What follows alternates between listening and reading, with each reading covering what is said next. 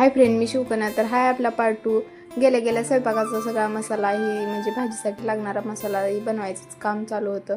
मग मी पण थोडीशी मदत करू लागले. मग नंतर ना मी बसले होते तर आदू येऊन माझ्यासोबत भांडणं करत होता. एवढं येड्याने सगळी केसही केला होता. मग काय ब्रश करत मी सकाळी मागं उभारले होते घराच्या, तर इथं मुंगसावाचे भांडणं चालू होते. म्हणलं आजचा दिवस एकदम भारी जाणार आहे. मग नंतर ना फ्रेश होऊन चाय पेला. मग घरी यायला निघालो. येताना का नाही मी मल्हारीकडनं लयच म्हणजे मागून गाडी घेतली होती चालवायला. मग नंतर ना मी थोडीशी गाडी चालवली येताना. मग दिवस मावाच्या टायमाला जरा पत्र्यावर जावं म्हणले. मग काय जाऊन बघितले तर जरा असं म्हणजे जांभळांची यादी आली होती.